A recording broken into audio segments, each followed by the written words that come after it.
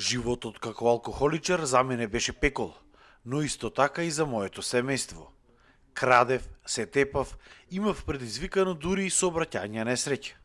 Вака ја започнува својата животна приказна Ташко Причков, најстариот член во клубот за лекувани алкохоличари од Прилеп Методија Николовски Мец. Причков бил член на овој клуб од 1984 година. Се потсетува дека клубот во тоа време започнал да функционира само со неколку членови, но како што поминувало времето, тој постојано се зголемувал. Ова е болест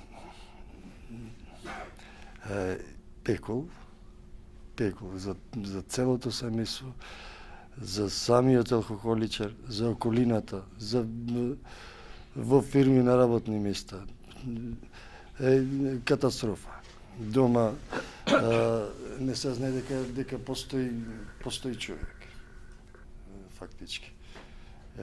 Се има правено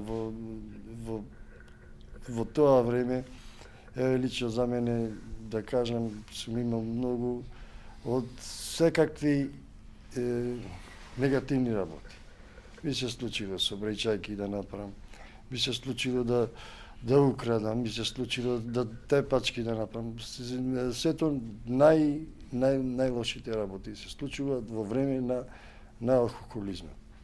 А морам да се гордеам со тоа што го кажувам, од кога престана да се замене на алкохол, до сега му фала му на Господ да речем, ми се нема случајно, ама никакви такви негативни работи. Инаку клубот е формиран 1978 година и точно денеска, на 29 ноември, одбележува 39 години од своето постоење.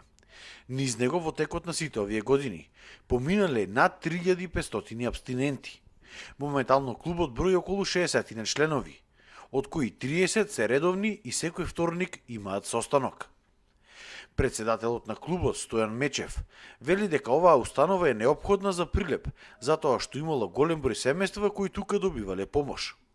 Мечев нагласува дека доколку некој западне во криза, другите членови од клубот му помагаат истата полесно да ја надмине. Од време на време годишно ме ваѓаат некогаш кризи, али се јавувам кај нашите терапевти, дали доктор Снежана Ѓорѓиевска или Јове Велески, се јавувам обавезно. Еднаш годишно ме ваѓа некогаш така криза. И така со некои лекарства ги пребродувам тие кризи.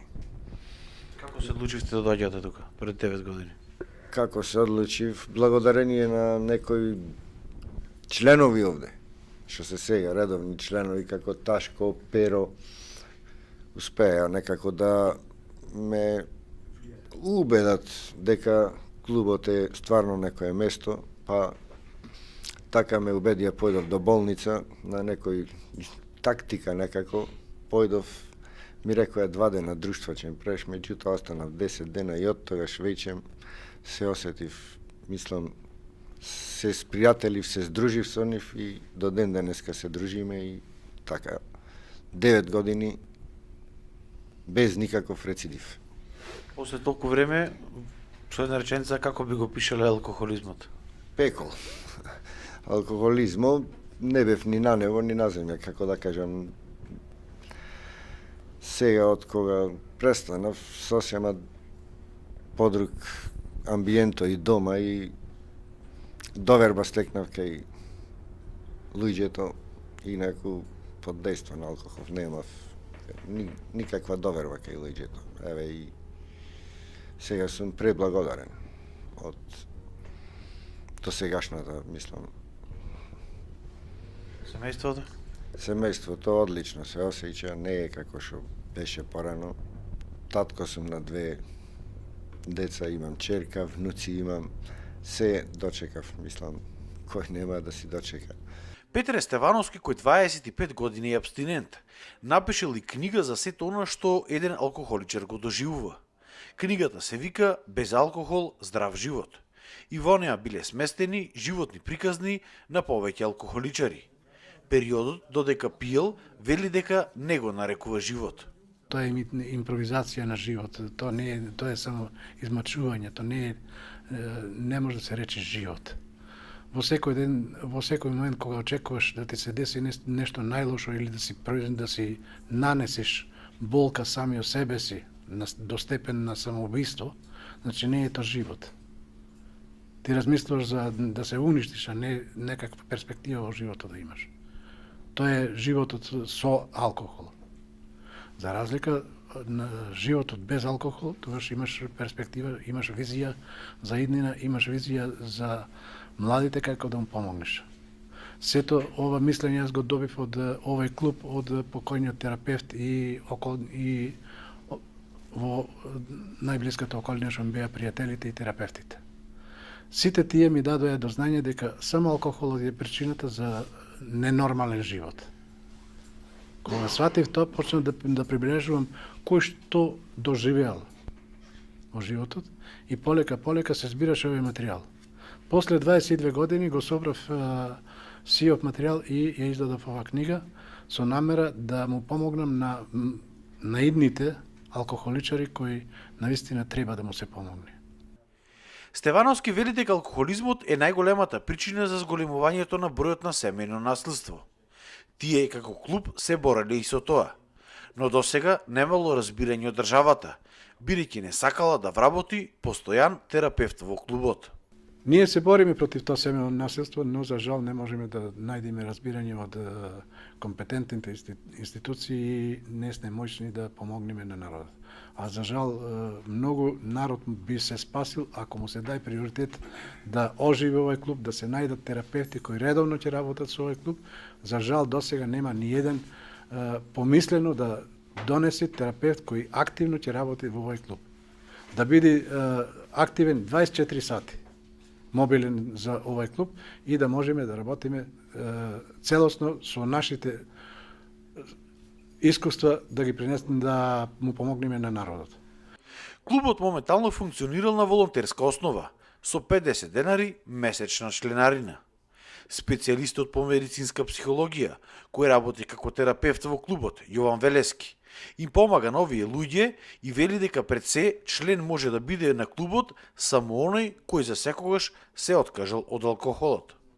Одма да кажам дека благодарение на болницата, а овој клуб кој е покровител на овој клуб, значи целиот терапевски тим доаѓа од болницата.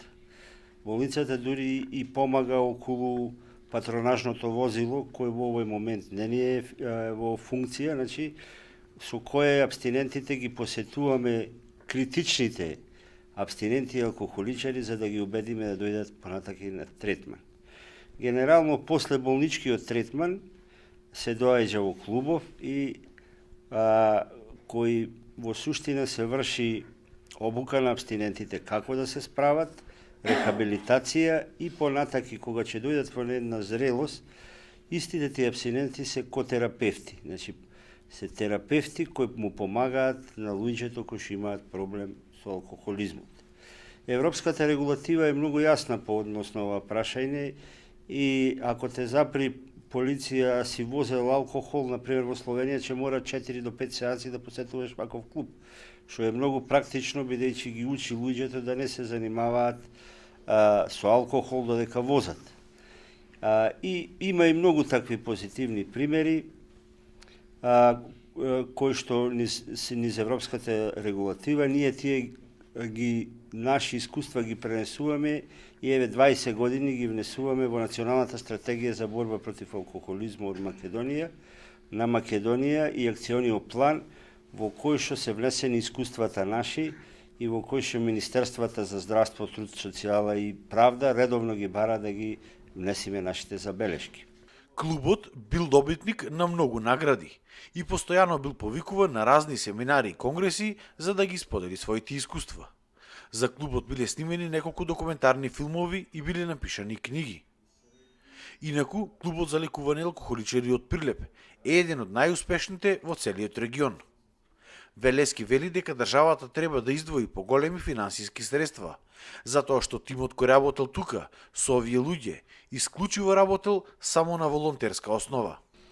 Сметаме дека општеството треба да биде малце поефикасно во однос на финансирањето на овие групи, на професионалци за да можат да се активираат повеќе број на професионалци кои ќе работат континуирано на овој проблем.